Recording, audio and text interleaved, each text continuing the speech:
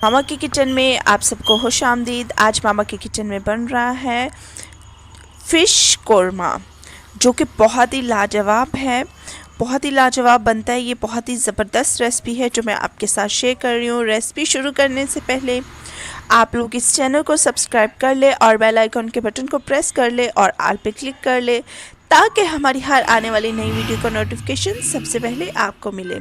अब स्टार्ट करते हैं रेसिपी। ये जो रेसिपी मैं आपके साथ शेयर कर रही हूँ आज, ये रेसिपी मेरी खुद की है।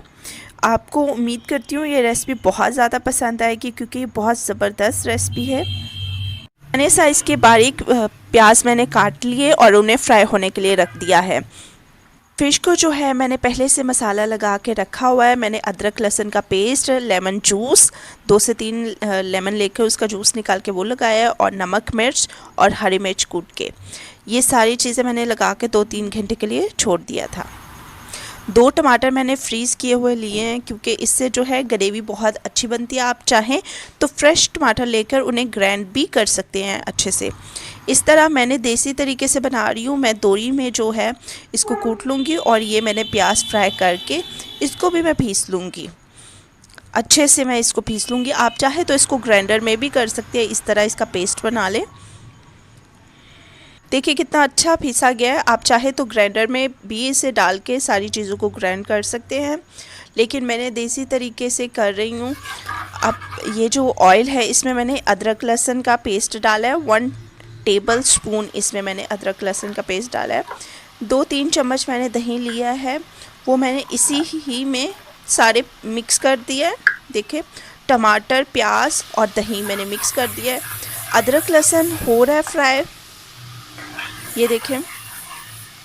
जैसे ये फ्राई होगा मैं वो मसाला जो है इसमें डाल दूंगी, जो मैंने प्याज, टमाटर और जो है मैंने मसाला सारा इसमें डाल दिया है। अब मैं इसमें डालूंगी 1 टीस्पून हल्दी,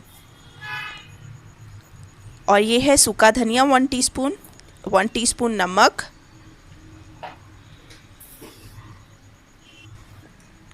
इसको मैं अच्छे से भून लूँगी। और ये इतना सा टुकड़ा जो है मैंने दालचीनी का डाला है, अच्छे से मैं भून लूँगी मसाले को।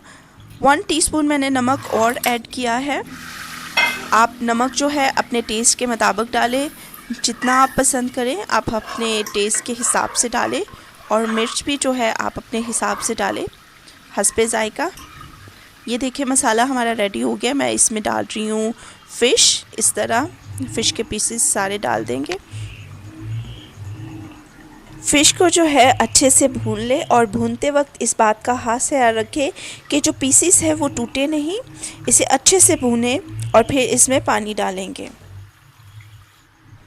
फ़िश को मैंने अच्छे से भून लिया और इसमें डाल दिया है पानी, और इसे पकने के लिए छोड़ दूँगी।